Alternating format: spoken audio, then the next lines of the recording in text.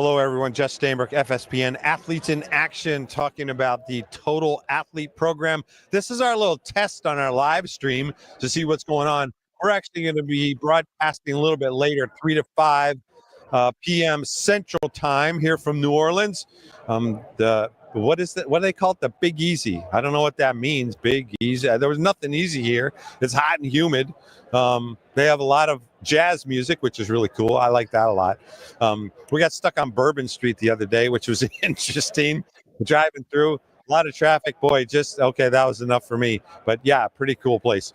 But here we are, Radio Row, talking with all the folks and dealing with all the other media that are here, 6,000 other media folks doing their thing, talking with players, coaches, and we have the fun part, FSPN, talking about faith, family, friends, and football. So that's a blast. Again, this is our test, just an introduction to say, hey, we're coming later, do some live stream. You'll join us again tomorrow. We've got a bunch of live streaming going on, and Friday that we'll be able to do all kinds of things with you and tuning in. So you can find us on Facebook on the FSPN channel, Faith+Sports Programming Network. You can find us on YouTube.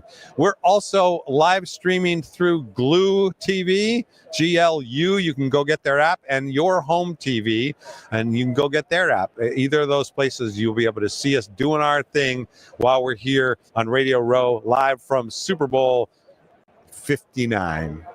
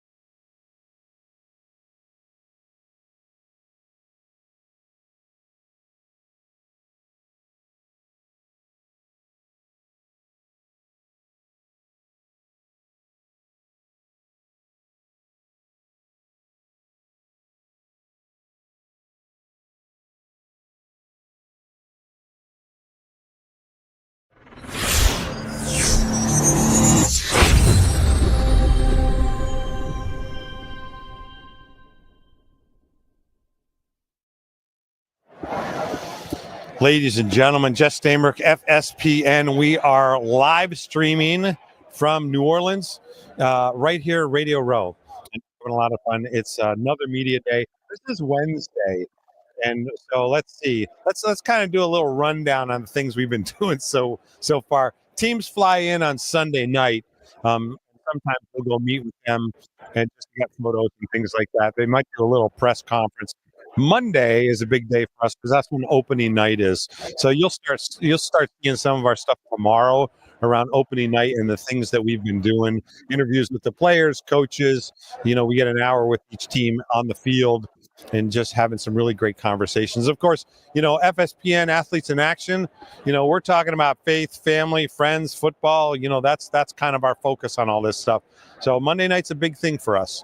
And we've got a lot of great interviews with, obviously, both quarterbacks. Everything's kind of happening there.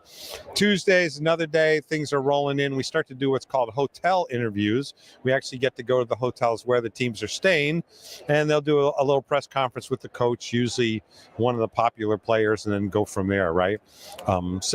And then here we are Wednesday through Friday. We usually spend a lot of time here in the Media Center, Radio Row. And there's about, if we looked around, there's about, 5,000, 6,000 other media doing their thing here.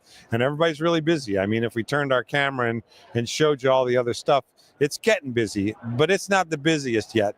Thursday and Friday, things will get packed. A lot of celebrities come through, entertainers. So we'll get a lot of chance to see other folks, different sports, all that stuff, do some interviews. We've had a lot of great interviews today, which again, hopefully we'll be able to show you tomorrow. We've also got some of our student leaders that are doing stuff, and they'll be guiding us through their own version of the podcast for tomorrow. That'll be a lot of fun. So we'll be looking at Aiden and Tyler doing their thing, and then the rest of our crew will probably come in and do their thing as well. Oh, you know what? Aiden and Tyler are already here. They're getting ready to shoot. Hey, guys, come and sit. This will be like our little preview here, right? Here's Tyler. Hey, how's it going? It's going good. How are you doing? I'm doing great. Are you kidding? I just sit around and watch you guys work. That's easy. Here's Aiden. Hello. Happy birthday, everyone. Wait, okay. Happy birthday to you. Aiden just turned 21, so we're really excited about that. Oh, Tuesday night, we had the media party, so very New Orleans party thing to do. But guys, tell me a little bit about a little bit about the experience. both of you, it's your first time here, but you're both fans and kind of aficionados. So, yeah, how's it going? Oh, it's incredible. I mean, just look at it, Radio Row here. You know, you got the biggest corporations, media companies across the world all here. And it's exciting just to meet people from, across the world. Interviews wise with players has been amazing. Just to hear their stories, kind of diving deeper into their childhoods, about their family, how important their faith is to them. Opening night was also crazy and chaotic, but it was a blast. Yeah, well, and so this is my 19th Super Bowl. Opening night was when the Eagles came, it was nuts. It was so packed, I don't think we could even move. So, Aiden, how about you? What's going on, and how do you feel about all of it? So I've been an NFL fan since I was 6, I think. So this is a lot for me because I walk like every 10 feet and I immediately know a person. I actually ran into a YouTuber today that I've been watching since 2019, and that was really cool. Talked with him about my brother's birthday being yesterday and mine being today. And my brother was ecstatic when I told him that he knew that it was his birthday. He's like, I can die happy now. But yeah, it's just crazy, like getting to meet all these people that you see on your screen like every day when you open up Instagram or something. And they're actually really cool people. And they're like really down to earth and really kind, actually, is the thing I've taken away the most from this that I wasn't really expecting. Yeah, well, how about so again, first time here, opening night is kind of crazy. Tell me some of the highlights of the conversations that you had with different people. Oh man, for me, probably the cleats stuff. My cause, my cleats. My cause, my cleats. It was just really cool to hear about what foundations the players support. And one of the guys was talking about infertility and how he had to adopt a kid. But later on, his wife actually did get pregnant, and it was a big deal for them, and their kid's now 3-year-old. So it was just super exciting to, hear those stories from those players. How about you, Aiden? So the Eagles on opening night, there was one player who used to play for the Packers. So that was like really cool for me. And and we're not allowed to ask for autographs. I know that was tough in that moment. He also caused a fumble against the Packers in the playoffs, so I was a little mad at him. But I went up and talked to him. We knew going in that he was a Christian. And I asked him like what his favorite Bible verse was, and he actually took the time to pull out his phone and pull up the Bible app and pull up the Bible verse to read it, which I thought was very intentional and very cool. And I forgave him for the fumble after that. So that's a good place to start. I do want to mention, there's a lot of players, and we've worked with YouVersion using the Bible app. All kinds of great Bible reading plans. You can go find our faith, family, and football reading plans on there as well. Great 7-day study to take you through the Bible. Even if you're new to it, you want to understand what's going on, things like that. How about some of the other faith conversations that you guys had? Maybe that were surprises or, kind of came out of left field for you. So Tyler's been on the mic a lot more than me because he's just really good at it. But one of the ones that really surprised me was we were talking to Drew Tranquil, linebacker for the Chiefs. He's number 23.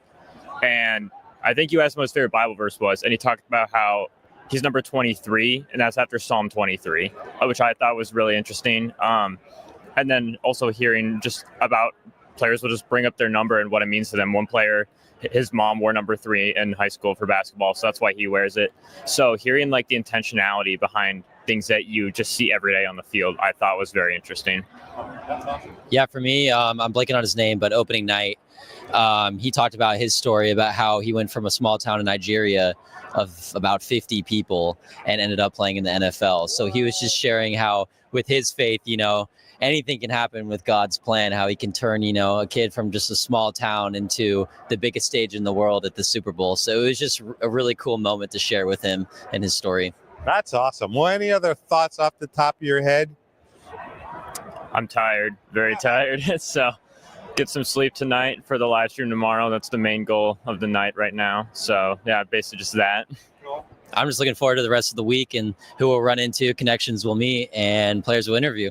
Well, these guys are heading out to the Super Bowl experience, which is the fan and family fun things. So we usually do a little highlight package on that too. So you guys head out, have fun.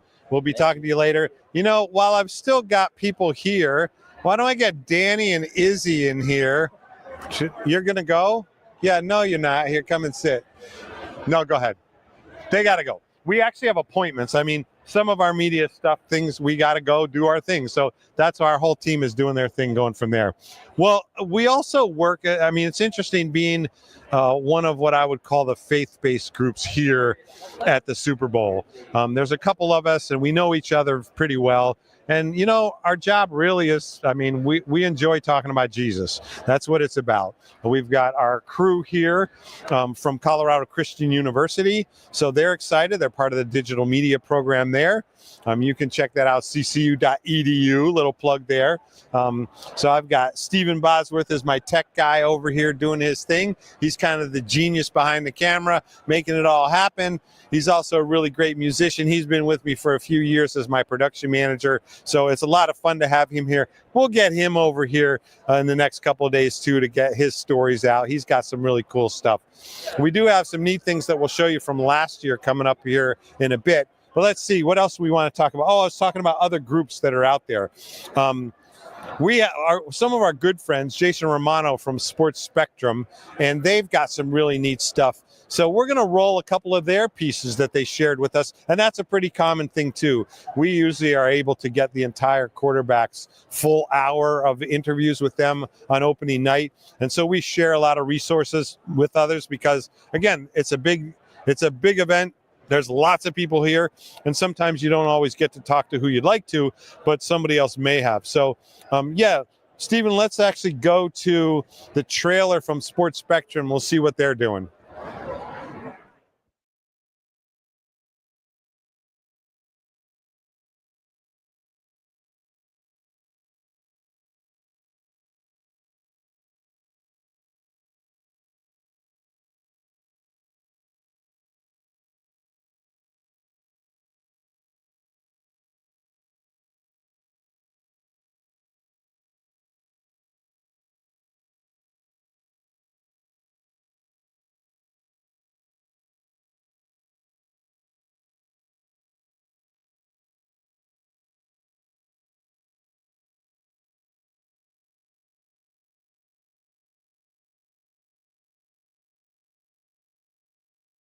The other thing, again, we spend a lot of time with different people, and the neat thing about being here is that, like I said, this being the 19th time, we get to see people every year, and we get to know them from that.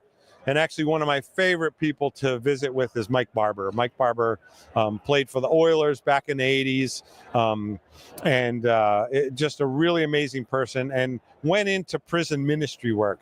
And so we had a chance to talk with Mike the other day, and he brought Jake Bodine from God Behind Bars, and they've got a really cool story.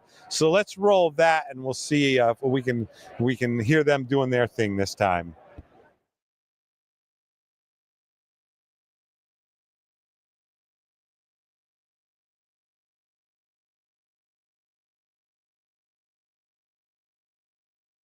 We're going to take a little break, check some technical things. We'll be right back as soon as we do that.